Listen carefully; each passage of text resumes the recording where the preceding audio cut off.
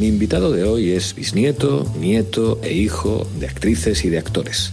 Ha hecho doblaje, teatro, impros, cine, series, dirige, escribe y lo que haga falta. Hoy es uno de los actores mexicanos de los que más se habla y en una ocasión mandó a la chingada a un partido político de su país. A vueltas por México con Fernando Bonilla.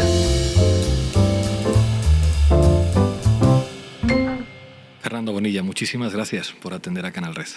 Un gusto, Pablo. Mucho gusto de estar acá. En todas las entrevistas que hago, a mí me gusta mucho el psicoanálisis y pregunto por la infancia, porque en la infancia están los traumas, los momentos. Y claro, tu infancia me interesa mucho, digamos, como actor, como creador, por el lugar del que vienes. O sea, tu bisabuela actuó en la primera película sonora que se hizo en México. Tu abuelo fue director y actor de doblaje. Tu madre, que tomó el nombre artístico de tu bisabuela, fue actriz y cuentista. Tu padre, que después hablaremos de él, uno de los actores más importantes de México. Claro, ¿cómo es ser niño en ese ambiente? Pues creo que, digamos, esta inercia se ha mantenido hasta el día de hoy, ¿no? Puede sonar extravagante o pedante, pero esa es mi cotidianidad y la frontera entre el teatro o la actuación y la vida siempre fue muy difusa. Las relaciones afectivas, amistosas de prácticamente toda mi familia y las mías propias siempre han tenido mayoritariamente que ver con actores o con gente relacionada con la actuación o con los escenarios. Entonces, creo que pues era lógico abrazarlo o repelerlo, ¿no? Creo que era muy difícil quedarse a la mitad. Y bueno, durante mucho tiempo, también por el peso, sobre todo la figura de mi padre, sentí que mi lugar era la dirección y la escritura, fuera de escena, pero pues se me salió por los poros la actuación e inevitablemente tuve que reconciliarme con esta faceta que disfruto muchísimo y que, bueno, al público también le gusta, así que he tenido que abrazarla sin dejar de hacer todo lo demás. Yo me imagino, de pequeño, cuando había una obra de teatro en el colegio, ¿tú no sentías como una presión, una responsabilidad especial de decir, bueno, eso es como, tienes que hacerlo mejor que los demás? Sí, creo que fue un poco raro eso. Mis padres batallaron mucho con la escuela a la que debía estar y siempre me sentí un poco un bicho raro, quizá en positivo, ¿no? Me sentí un poco acomplejado porque como mi padre era una figura mediática, como que sentía que tenía un trato que no merecía, ¿no? Entonces, pues inevitablemente recaía en mí esta responsabilidad en las actividades escolares. Y de hecho, hace no mucho, hace poco, vi un video que yo no conocía, que antes de que muriera mi papá, de una obra escolar en la que monté un fragmento del Diluvio que viene mientras mi padre estaba haciendo el Diluvio que viene. Y fue muy fuerte ver el video, ¿no? Porque me vi ahí muy pequeño, disfrazado de mi papá en la escuela. Y entonces ese día me cayó el 20 de que yo fui criado en el ateísmo, pero fue un ateísmo falso porque me crié en un culto en el que mi padre era Dios, ¿no? Y dije, puta, se me va a morir mi papá y Dios al mismo tiempo. Así que bueno, lo he trabajado desde entonces en psicoanálisis. No estaba claro que había que empezar por ahí. Hay una parte que me ha llamado mucho la atención de ti, que no sabía de ti antes de trabajar la investigación. O sea, sabía que eres como el actor total, actor que actúa en cine, en teatro, que escribe, que dirige, pero no sabía que con 11 años te estrenaste en el doblaje, que es una cosa muy controvertida además. Es decir, es como hay una pelea sobre si hay que doblar o no hay que doblar. Los ataques de muchos actores a los actores de doblaje. O sea, yo tengo amigos actores que se burlan de los actores de doblaje cuando, por ejemplo, hacen estas cosas como que nunca haría un actor real, y tú con 11 años ya fuiste actor de doblaje. ¿Qué ventaja o qué aprendizaje tomaste de ahí? Pues Tu madre fue actriz de doblaje en Los Aristogatos. Sí, sí, claro. Hizo varias cosas. Mi madre fue, por ejemplo, la voz de Charlie Brown y de muchos personajes. Y fue, sobre todo porque mi abuelo fue un director de doblaje muy importante. Y yo lo empecé a hacer de niño. Hice algunas cosas que me sorprende que siguen siendo muy recordadas.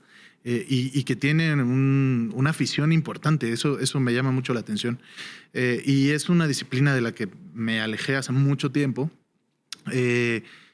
También entiendo y comparto el recelo. Es decir, yo no suelo ver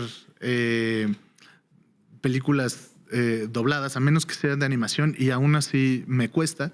Es mucho más radical en España, donde viví 4 años. Me acuerdo que me molestaba un montón.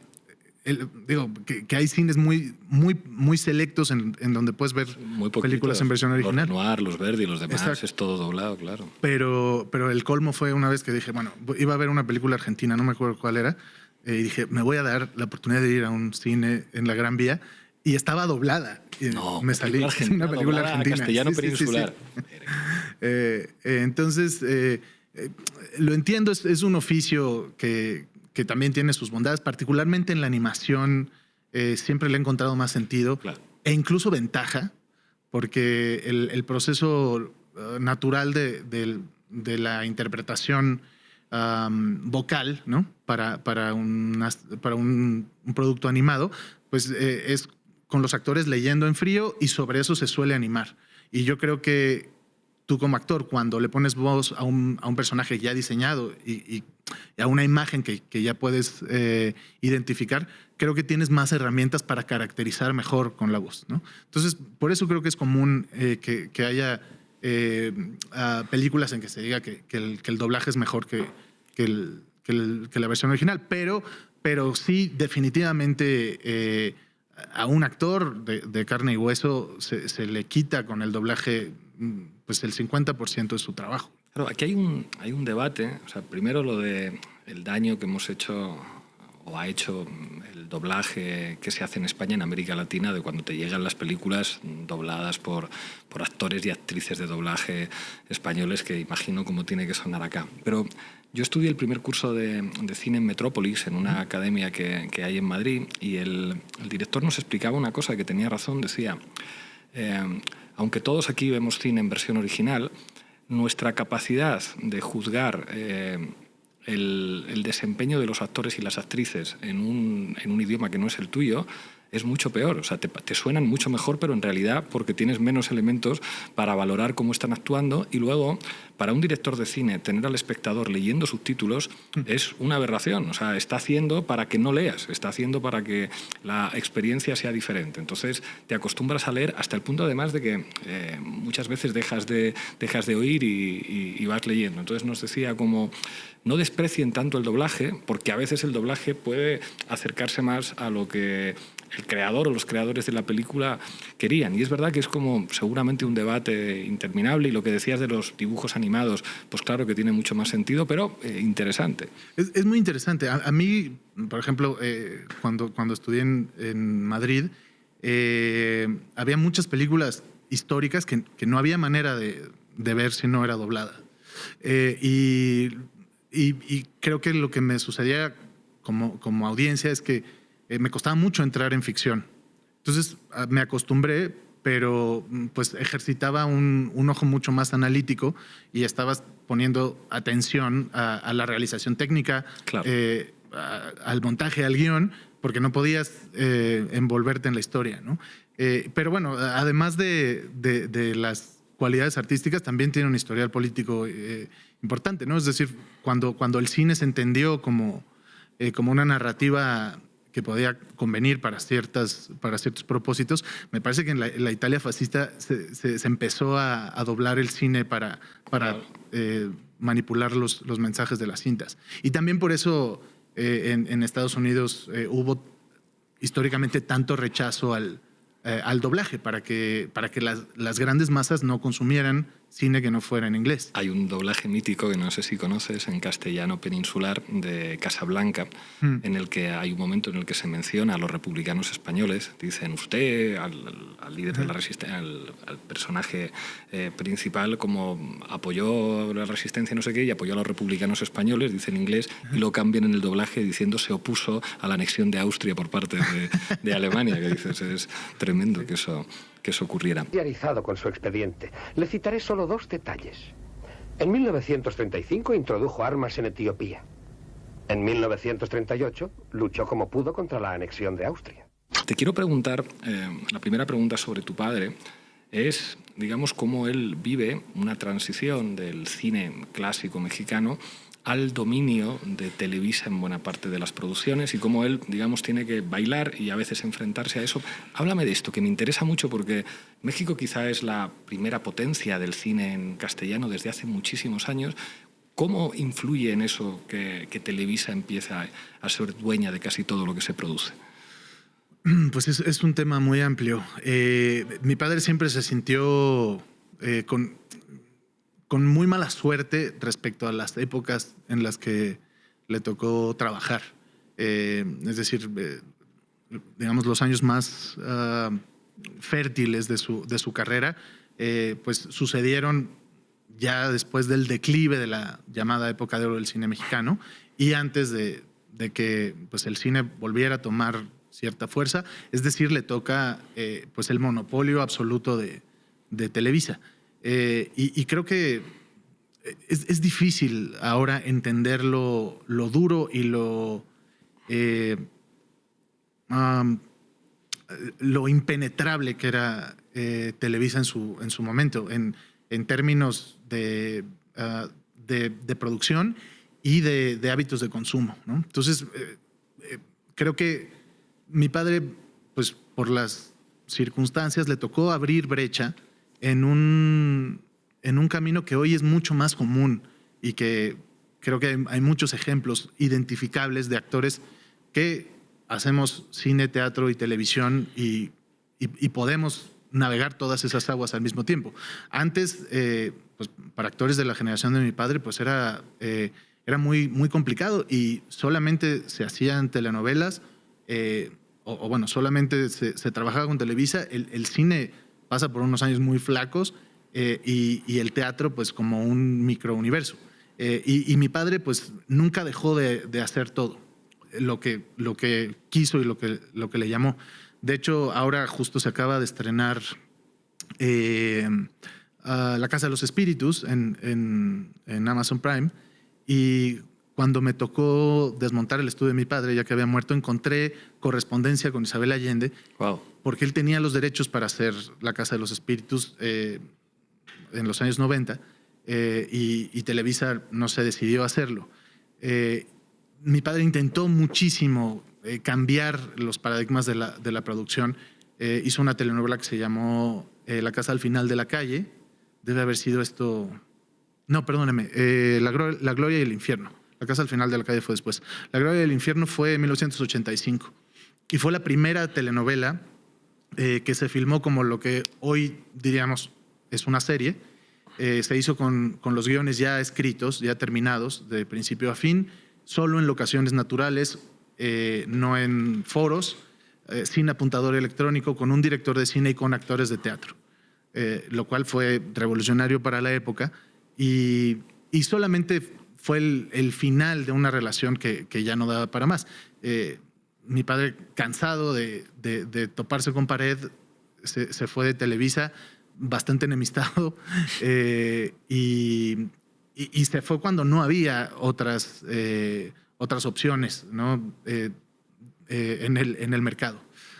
Así que sí, por supuesto fue pionero y ahora pues Televisa es una empresa más que ya no tiene el peso cultural que tenía, aunque muchas inercias siguen, ¿no? Siguen su cauce, ¿no? Siento que es fácil sacar a la gente de Televisa, lo complicado es sacar a Televisa de la gente. Claro. En cómo producimos y en qué tipo de contenidos consumimos.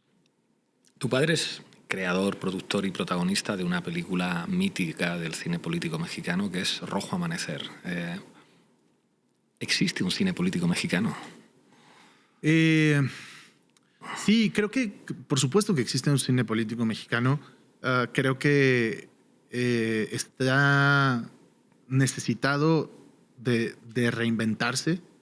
Creo que el Rojo Amanecer es una película de denuncia en un momento en que esa denuncia tenía un sentido absoluto. Es decir, es una época en la que el movimiento del 68 no existía públicamente, los libros de texto no permitía que se mencionaran. Se filmó clandestinamente y es una película que tiene un enorme valor por su contexto. Creo que algo que suele suceder con el cine político o con el teatro, todo el cine es político al ser una expresión pública, pero digamos, el cine de denuncia creo que ha caído un poco en un círculo vicioso, ¿no? En el que, digamos, el teatro de denuncia, por ejemplo, se entiende como funciona en Hamlet, ¿no? Es decir, Hamlet monta una obra de teatro para denunciar a Claudio, el asesino que está en la audiencia. Y lo que ha sucedido es que de pronto el cine de denuncia solo es visto por Hamlets que están de acuerdo con el discurso que se está manifestando y sirve para darnos palmaditas, ¿no? Llevamos muchos años haciendo el mismo tipo de cine político con los mismos discursos y por más que lo mencionamos, pues la bestia de la violencia, por ejemplo, sigue ahí. Es interesante también cómo el cine que se asume político no suele ser consumido por las personas que pretende retratar. Entonces creo que es importante hacer un esfuerzo por agitar el avispero, contaminar a las audiencias y a los discursos para reconectar, ¿no? México tiene una industria muy extraña, ¿no? En la que pues el cine comercial es muy identificable, ¿no? Y vive casi solo de refritear películas que ya sabemos cómo son, y el cine de autor que es casi para autoconsumo, ¿no? Creo que lo que está en la mitad es lo que nos urge explorar y no dejar de hablar de ciertos temas, pero quizá encontrar otros enfoques. Aquí hay algo que me interesa mucho de ti, que es la sátira política. Por ejemplo, La amenaza azul, la obra de teatro en la que hablas de Vicente Fox, o en Política Piñata. Claro, yo aquí en Canal Red siempre digo, compañeros, cuando la romperemos de verdad, ¿sabes? Como el gran programa de influencia política será cuando tengamos el mejor programa de humor de México o de América Latina. O sea, el humor político llega muchísimo más lejos que, digamos, los formatos informativos. Quien es capaz de caricaturizar a los personajes, quien es capaz de convertir la sátira en un producto de masas, tiene un arma que va muchísimo más lejos que, desde luego, que el cine político de autor, digamos, como de intelectuales izquierdistas que hacen un tipo de cine para un espectador como muy concreto. O sea, incluso supongo que a ti te pasa como a mí, te entusiasma David Simon, pero ese planteamiento de David Simon de que se joda el espectador medio, claro, es un punto de partida que es como a ti no te interesa la política, o sea, te interesa, o sí, pero te interesa como un tipo de espectador que tiene una formación y una manera de mirar el cine distinta. Pero claro, en la sátira política es otra cosa, porque por definición no hay humor de élites. El humor político siempre, si funciona, tiene una llegada muy grande. ¿Qué piensas de esto?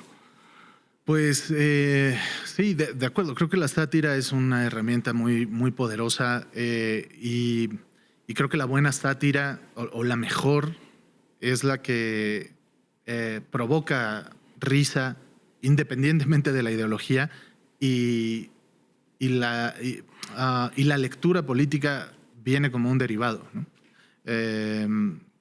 Justo leí hace poco una recopilación del Fisgón sobre la caricatura del porfirismo, ¿no? Y me hacía mucho sentido que la caricatura política jugaba un papel importantísimo porque la mayoría del país eran analfabetas, o analfabetas funcionales. Y entonces la risa, cuando es auténtica, desarticula los prejuicios que se pueden tener, ¿no? Y es tremendo porque la comedia, bueno, el humor siempre tiene que ver con la moral de tu audiencia. Creo que la comedia siempre implica el rompimiento de alguna regla o de una convención que tu público, si se ríe, concede o acepta que se viole, ¿no? Entonces, creo que es fundamental y un termómetro infalible de la vida democrática de un país.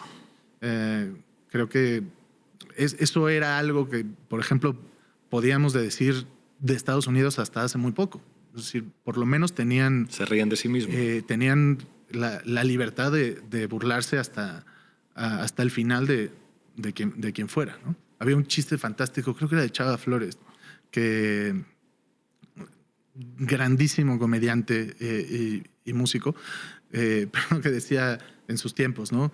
Los gringos vienen a decir que le pueden mentar a la madre a Nixon y nos lo presumen. Pues yo también, o sea, un gringo me dice, yo puedo entrar a la Casa Blanca y... Era un chiste de Reagan, en realidad. ¿De Reagan? The story was an American and a Russian arguing about their two countries. And the American said, look, in my country, I can walk into the Oval Office, I can pound the president's desk and say, Mr. President, I don't like the way you're running our country. And the Russian said, I can do that. The American said, you can? He says, yes. I can go into the Kremlin to the General Secretary's office, pound his desk and say, Mr. General Secretary, I don't like the way President Reagan's running his country. Exacto. Que creo que iba por ahí. Iba por ahí. Pues mira. Pues es de Reagan, el cabrón. Bueno, los comediantes confían también en la memoria corta de su público para poder fusilarse chistes de otros lados. Este programa yo lo hago, es como un gachupín intentando comprender México. Muy bien. Entonces entrevisto a gente diferente para que me expliquen cosas. Yo quiero que... ¿Cómo explicarías a los gachupines el personaje de El Diente de Oro? El macho mexicano. ¿Cómo es esto? Pues El Diente de Oro nació en un espectáculo que se llama La Improlucha, que es un espectáculo de improvisación que de hecho yo hice primero en España el catch de impro con Impro Madrid. Con Impro Madrid. Ajá. Yo iba mucho a verle. Pues a lo mejor me viste por ahí alguna vez. Sí, con Rueda, con Nacho, con en el Ignacio. Alfil muchas veces. En el Alfil muchas veces y en el teatro que está por el Retiro. No es tremendo eso, porque normalmente los actores desprecian la improvisación. O sea, un tipo que viene de, no, yo sé actuar, dirijo y no sé qué, siempre ven como a los actores de las impros como eso no es teatro. O sea, es como es tremendo que te guste eso. Sí, bueno, fue mi escuela y sigue siendo mi gimnasia actoral. Creo que lo que pasa es que la impro siento que se me agotó pronto como formato, pero como herramienta de exploración es fantástica y no he dejado de hacerla por eso. Iba al Alfil a hacer putadas, además, cuando decían como un estilo al público, ¿no? Es como poesía española de posguerra, o sea, como lo más difícil que le podías decir y siempre armaban algo con eso. Sí, fantásticos. Pues bueno, un formato que yo creo que Complot de Escena, que son los que montaron el espectáculo, estoy casi seguro que lo conocieron por Impro Madrid. El mundialmente conocido Diente de Oro. Adelante. Lo montaron acá, lo adaptaron a la lucha libre y me invitaron a mí a hacer esta especie de referee. Me pareció gracioso que la autoridad fuera pues, un tipo con una legalidad cuestionable. Ese fue como el primer acercamiento. Luego tenía un referente del presentador de la Arena México, de la lucha libre. También es como... parodiarlo un poco también fue de lo primero que se me ocurrió.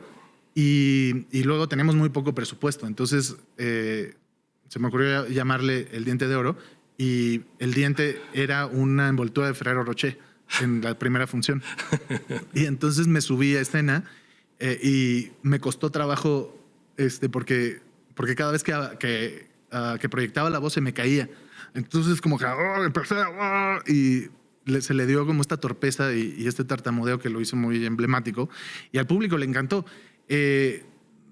Para mí era una caricatura y una sátira de pues de un personaje grosero, violento, machista, pero al mismo tiempo es muy torpe y entonces generaba mucha simpatía y tuve que irlo artificialmente moldeándolo porque de pronto sentía que algunos discursos que para mí eran satíricos, el público de pronto se los adueñaba y los abrazaba y los suscribía. Entonces Claro, tuve que irle poniendo... Eso es Vox. Tuve que ir poniéndole barreras, sí. Está muy bien. Vicente Carrillo, Narcos México. ¿Cómo construyes ese personaje? Pues, bueno, es una serie hecha básicamente para el público gringo. Fue muy atractivo trabajar en una producción de ese nivel con cineastas a los que admiro y respeto mucho, como Alejandra Márquez, Amat Escalante, Wagner Moura. Y bueno, estudié bastante, creo que quizá más de lo que el personaje requería. Y fue interesante. Me parece que es una serie que es sutil, ¿no? En su diversificación del mismo enfoque que hemos tenido siempre respecto al narcotráfico, pero creo que sí creo que es un poquito más complejo que lo que han sido otras series y telenovelas. Y bueno, me llamó la atención que, por ejemplo, y por eso decía que es una serie hecha para el público gringo, que había muy poco cuidado en el habla y en los modismos norteños, regionales, ¿no? Les vale madres, como cualquiera que hable español. Estaba como en un español neutro que me pareció muy, muy llamativo. Yo me imaginé que por la envergadura de la producción me iban a poner un coach de acento y tal, y luego me di cuenta de que no. Y hubo mucha apertura, ¿no? Trabajé bastante el acento sinaloense, chihuahuense también, porque Vicente Carrillo acabó siendo el jefe del cártel de Juárez. Y bueno, pues fue un proceso interesante y que significó además una coyuntura indiscutible en mi carrera, porque bueno, a partir de ahí vinieron muchos proyectos muy importantes para mí. Uno de los últimos, del que todo el mundo está hablando ahora, es La Oficina. Cuando te llega lo de cómo adaptar The Office a México, ¿cómo recibes esta propuesta? O sea, ¿es como decir, esto es para mí, o tienes dudas al principio, o cómo lo ves? Pues primero, mucha reticencia y prejuicios, los mismos que creo que tuvo la mayoría de la gente cuando se enteró. Prejuicios fundados, porque hay muchos referentes de refritos que han sido muy desafortunados, y también creo que pues hay una comedia, un tipo de comedia que las plataformas y las televisoras y las productoras han exprimido hasta el cansancio, que ya hacen muchos años que no da risa, y en donde creo que todos nos imaginamos que podía recaer. Entonces mi primer instinto fue no hacer la audición cuando me invitaron, y mi agencia fue la que me animó hacia hacerla, y me dijeron, te están buscando para el prota, lo cual ya fue pues un indicador de que no iba a ser el proyecto que me estaba imaginando, simplemente porque por el hecho de que estuvieran buscando a alguien de mi perfil, que no es abrumadoramente mediático, empezó a llamarme la atención. Y conforme fui conociendo más y más, digamos, de las primeras escenas que me mandaron, con las que hice mi audición, después al callback, en que conocí más de los libretos, me di cuenta que había un trabajo muy, muy serio, y que todo en esa cocina me empezaba a oler a lo que tenía que oler. Y fue realmente muy, muy estimulante y un proceso muy placentero. Háblame de Jerónimo Ponce III. ¿Quién es ese personaje? ¿A quién dices que te recuerda? Tengo muchos referentes cercanos a los que he decidido no calzonear por pertenecer a mi vida privada. Pero bueno, creo que el primer gran acierto que tuvieron en la adaptación fue ponerlo en una jerarquía distinta, ¿no? Es el hijo del dueño, es el nieto del fundador de la empresa y es un imbécil, pero por su apellido no lo pueden echar, nadie lo puede correr. La serie para mí se trata de un grupo de trabajadores que tienen la mala fortuna de padecer a este zopenco y que su propósito solo es terminar su jornada laboral y largarse a casa, ¿no? Pero este tipo es muy inseguro, ¿no? Para mí es un niño de 40 años que tuvo muy poco afecto y muy pocos límites y tiene un síndrome del impostor infinito. Entonces está buscando validación constante, ¿no? Y creo que son unos ingredientes muy propicios para la comedia. En las épocas del mi reinato, pues creo que la figura del Junior y del Nepo Baby tiene muchas caras identificables, ¿no? Entonces, bueno, sí he dicho públicamente que me recuerda un poco a Enrique Peña Nieto y a Samuel García. Hay algo de la oficina que me gusta mucho, que es cómo se organiza la recepción de los chistes racistas, machistas, y que tú has hablado de esto, de decir, claro, no es lo mismo hacer el chiste que hacer el chiste y poner la reacción de las víctimas. ¿Esto es una cosa tuya o es una cosa de los guionistas? ¿Esto cómo es? Bueno, creo que viene del espíritu original de la serie, ¿no? Que claramente no estamos calcando, sino que estamos plantando en un suelo distinto, que nos da un fruto nuevo. Pero creo que en general todo el equipo, desde la escritura, la dirección y el elenco, estábamos muy conscientes de que dónde estábamos depositando el humor era lo más importante de la serie. Y creo que lo interesante es que no es una decisión que tomes una vez y ya, sino que como había mucha improvisación y tratamos de generar situaciones verdaderas y con incomodidad real, pues nos teníamos que estar deteniendo a discutir constantemente y buena parte de los llamados se iban en discutir y en preguntarnos qué implicaciones y qué lecturas se podrían derivar de este chiste. Yo creo que lo más afortunado es que la mayoría del público no se detiene a pensarlo, se divierte. Quien quiere tener solo una experiencia recreativa, reírse sin pensar, la serie se lo ofrece, y quien quiere desdoblar la ecuación del chiste lo puede hacer, y creo que son chistes que podemos tranquilamente defender abajo del escenario. Se ha hablado mucho de tu beef en las redes sociales con el Movimiento Ciudadano. ¿Esto fue una improvisación o esto lo meditaste? O sea, es como meditaste la hostia, como decimos en España, que ibas a dar, o te salió así natural. Honestamente, lo vi como 5 días antes. O sea, estuviste cociendo la venganza. No. Yo decidí no involucrarme porque además tenía pocas interacciones.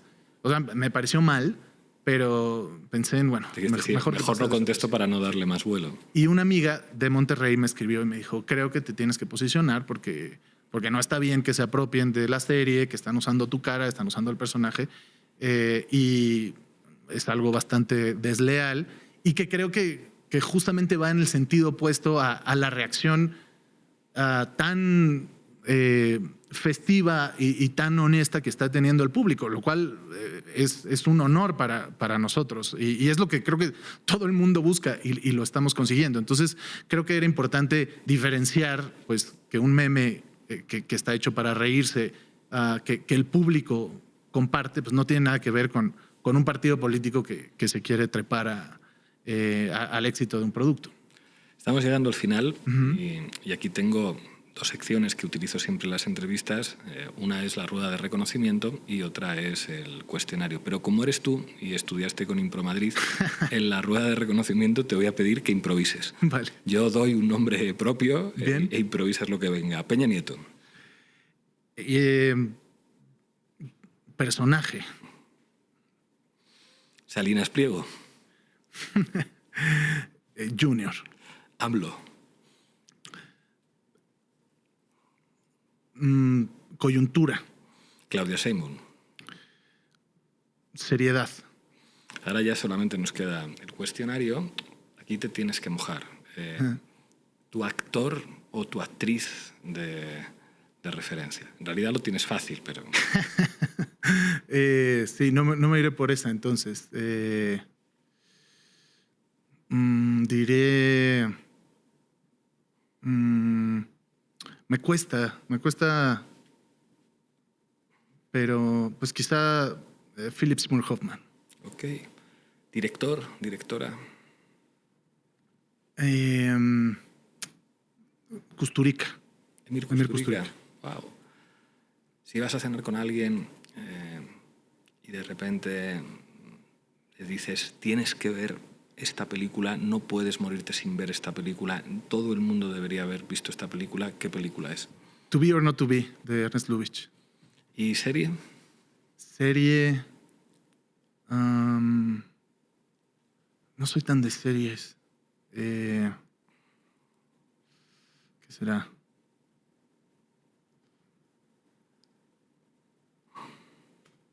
Creo que bueno, mi serie de confort es Rick and Morty, pero...